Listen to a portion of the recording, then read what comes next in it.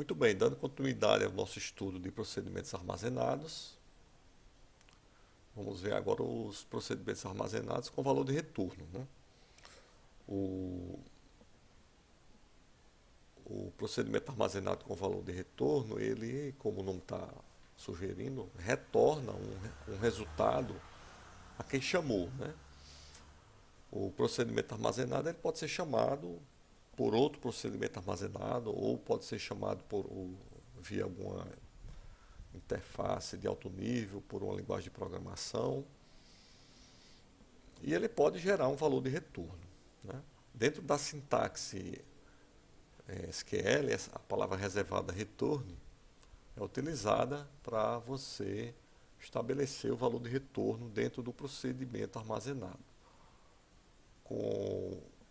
Na hora que você define o valor de retorno dentro do procedimento, a rotina que chamou, que pode ser um arquivo de script, né? Ou pode ser, como eu falei, outro procedimento armazenado, ou pode ser uma programação de alto nível, ela vai receber aquele resultado da chamada do procedimento armazenado. Então, quem chamou depois vai decidir o que fazer com esse valor de retorno. Tá?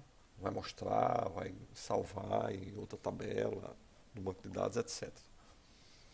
Isso aí vai ficar por conta do programa que chamou o procedimento armazenado. Internamente, nós temos apenas que atribuir o valor de retorno. Para exemplificar, né, vamos pegar nosso cadastro de funcionário e vamos criar aí um procedimento que aplica um reajuste salarial de um percentual informado como parâmetro para um funcionário também informado como parâmetro, similar ao que foi feito anteriormente. Porém, vai ter uma característica: o valor do valor reajustado do salário será gravado no banco de dados caso o valor corrigido seja menor ou igual a R$ 5.000. Caso contrário, aliás, em qualquer caso, ele vai retornar o valor corrigido como resultado do procedimento. Então, o procedimento deve calcular, retornar o valor reajustado como resultado do procedimento e gravar caso esse valor total seja menor que 5.000. Então, vamos ver aqui o procedimento. Então, criei aqui um segundo procedimento de alterar salário. Novamente, né, os dois parâmetros, o código e o percentual, que tem o valor default, tá? E vou iniciar a implementação aqui do procedimento. Tá? Declarei aqui uma variável chamada salário, do tipo float. Identifico aqui se o valor percentual e o código, ou o código são zero. Se o código for zero ou o percentual for zero, eu não vou executar aqui o select e o update. Então já economizo, já sei que não vou mexer em nada e retorno. Para eu retornar com o valor nessa situação aqui, vou retornar gerando valor de retorno zero. Então esse return aí, ele serve exatamente para eu passar para quem chamou o valor de retorno do procedimento. E nessa situação de percentual zero ou código zero, o valor de retorno será zero. Tá? Se os dois valores estão, né, se tem valores diferentes de zero, então ele segue a execução do algoritmo, carrega na variável salário o valor do salário do funcionário do código passado como parâmetro, multiplicado pelo percentual. Então, esse comando select @salário igual, vamos relembrar que ele atribui, é um comando de atribuição, que atribui a essa variável esse valor, né, que vai ser o valor que está lá do banco de dados, do salário do funcionário, multiplicado pelo percentual de reajuste. Aí eu vou usar aquela cláusula if, né, o comando if, na realidade, para verificar se o valor do salário pós reajuste é menor ou igual a 5.000. Se for, eu atualizo o cadastro de funcionário e salvo no banco de dados esse valor. Ok? Então esse é o procedimento armazenado com o valor de retorno. Vamos criar agora esse procedimento armazenado aqui com o valor de retorno. Dentro do banco de dados. Tá? Criei. Vou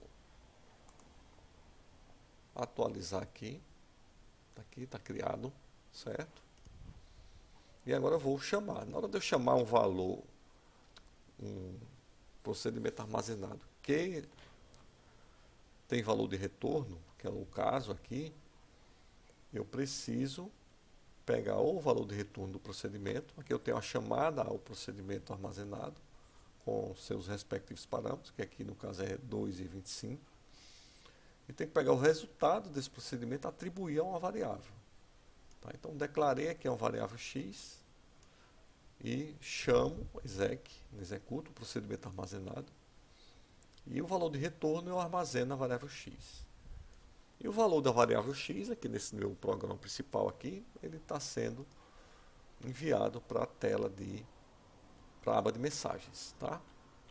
Então, quem é que está chamando o procedimento? Quem está chamando o procedimento armazenado aqui é o meu arquivo de script aqui, a minha listagem de comandos que eu tenho na janela de script, ok? Então vou só observar aqui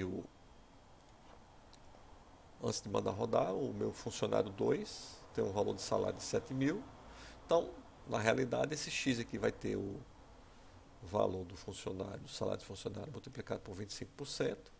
7.000 mais 25%. Entretanto, pelo algoritmo montado aqui, ele não vai fazer a atualização no cadastro, porque o valor vai ser superior a 5.000.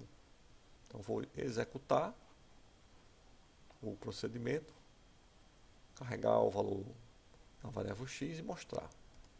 Tá? Então, o valor da variável x recebido do procedimento armazenado foi 8.750.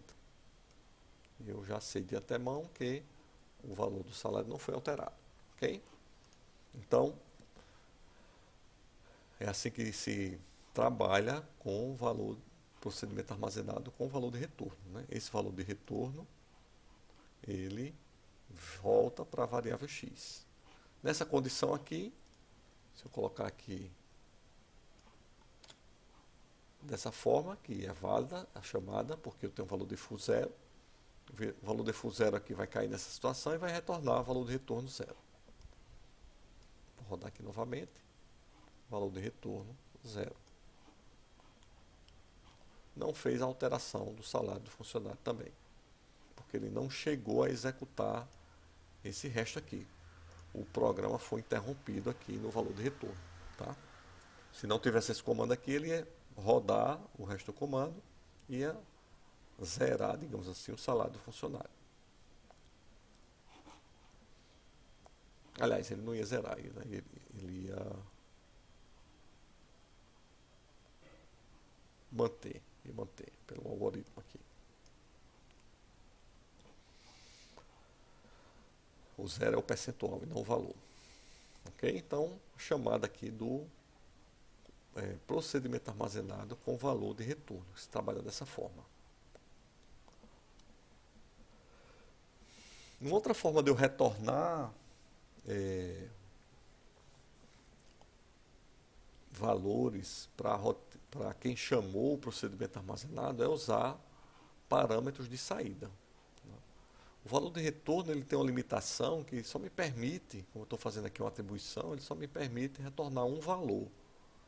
Então, se eu preciso retornar mais de um valor, eu posso utilizar os parâmetros, porque eu posso ter uma lista de parâmetros, posso ter mais de um parâmetro do tipo output. Tá? Então, nesse exemplo aqui, criar um procedimento que aplica um reajuste salarial para o funcionário, recebido como parâmetro, e retornar para quem executa o valor do salário e um indicador que informa se houve alteração ou não. Então, tenho duas informações a ser retornadas. Um é o novo valor do salário e outra, um indicador se houve ou não alteração. Então, como eu tenho duas informações para retornar, não tenho como fazer com o valor de retorno. Tenho que fazer com passagem de parâmetro. E aí tem aquela regra a mesma da anterior, se o valor do percentual do salário reajustado for menor do que 5.000, eu gravo no banco de dados. Tá? Então, refazendo aquela lógica, agora com o parâmetro de saída, eu vou gerar como valor de retorno o salário corrigido, tá? E uma variável inteira, que eu chamei aqui de alterado, que vai identificar se foi alterado ou não. Se o valor de alterado for 0, é porque não houve alteração no banco de dados do salário do funcionário. Se o valor de alterado for 1, houve alteração. Tá? Eu não fiz aquela validação aqui inicial, carreguei o salário do funcionário no parâmetro de saída. Tá? Carreguei o valor do salário corrigido do funcionário. Fiz a validação aqui do valor, se o valor é menor que 5.000. Se o valor for menor que 5.000, eu vou agora precisar fazer dois comandos. Eu vou precisar fazer o update do banco de dados e o set para atribuir o alterado. Então, preciso usar o begin e o end no meu if. Preciso usar o begin e o end porque eu tenho dois comandos, obrigatoriamente. Se eu tiver um comando apenas, aí o begin e end é opcional. Nessa situação aqui, eu faço alterado igual a 1. Se o valor do salário for maior do que 5.000, ele vai vir para o else. Eu tenho um comando apenas aqui no else, então não usei begin end no else. Fiz apenas retornar atribuir o alterado para o valor 0. Tá? Então vamos criar aqui esse procedimento.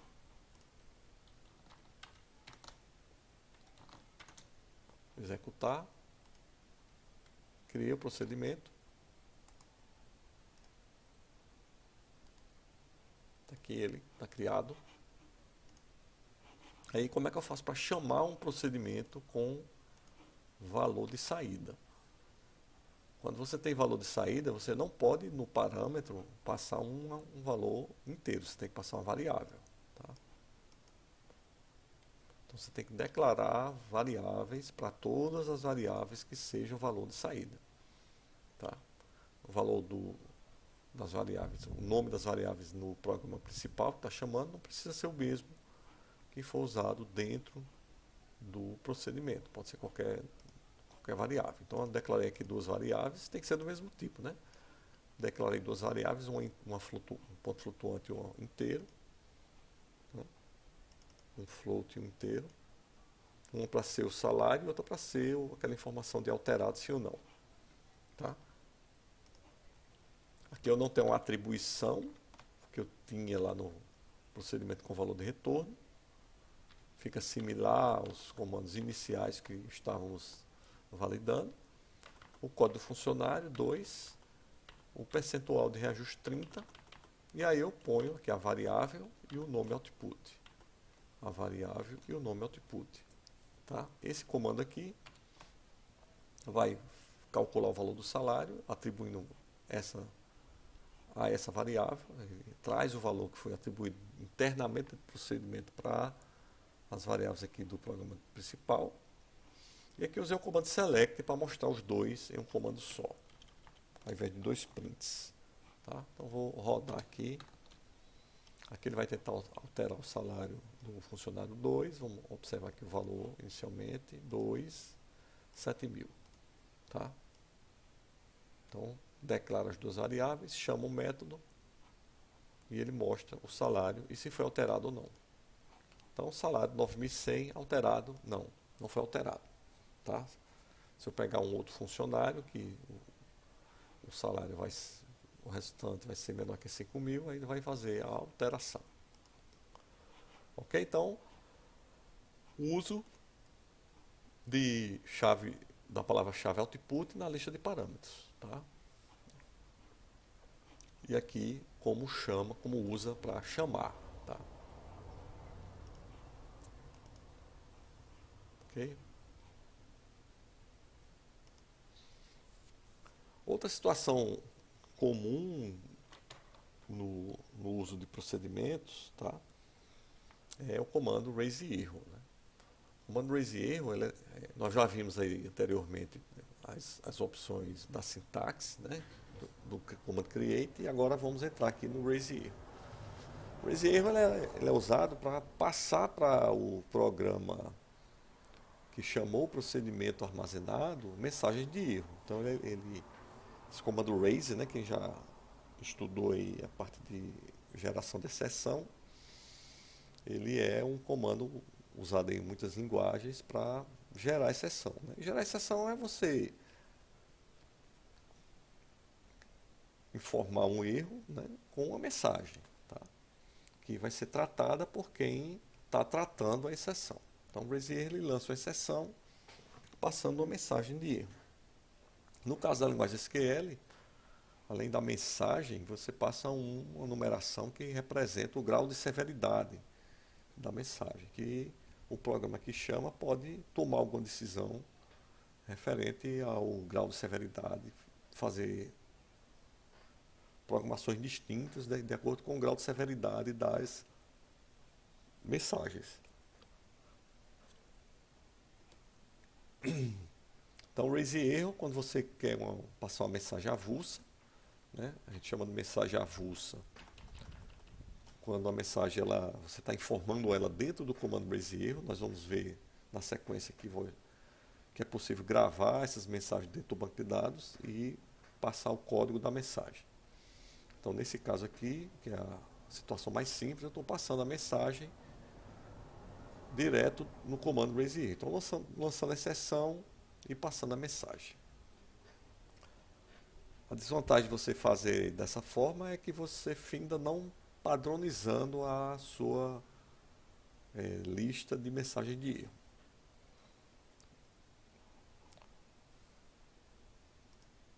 Muito bem, quando você quer padronizar as suas mensagens de erro, então já existe dentro do comando, dentro do banco de dados SQL, um conjunto de mensagens pré-definidas que você pode acessar pelo número, tá? Então existe aqui comandos, linguagens pré-definidas que você pode acessar.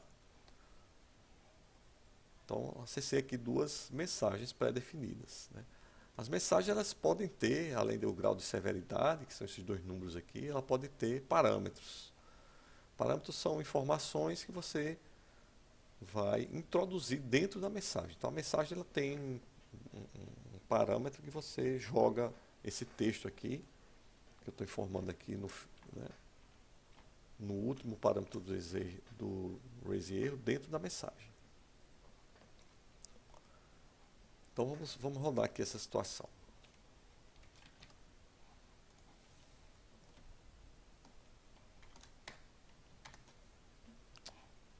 Não copiou. Ctrl C. Pronto, raise erro. Quando você roda o raise erro, aqui no gerenciador, o resultado é que ele joga a mensagem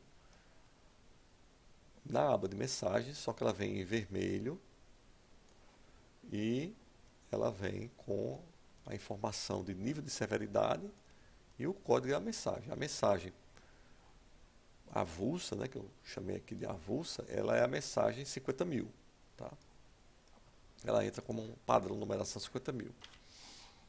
Então, abaixo de 50.000 são as mensagens, essa numeração ela é relevante porque abaixo de 50.000 são as mensagens pré-definidas e acima de 50.000 são as mensagens que o programador pode cadastrar dentro do servidor do banco de dados. Tá? Então, esse raise erro mostrou a mensagem padrão, a mensagem avulsa, com a informação de grau de severidade. Nessa situação aqui, nós temos mais duas situações de mensagem de erro. Estou pegando aqui a mensagem 13003. Essa é a especificação de auditoria, essa mensagem. Tá? E essa mensagem aqui é uma mensagem parametrizada, onde esse conteúdo aqui ele vai entrar em algum ponto da mensagem. Tab teste não existe no banco de dados. Então a mensagem, na realidade, não existe no banco de dados atual. E tab teste vai entrar no começo da mensagem, né?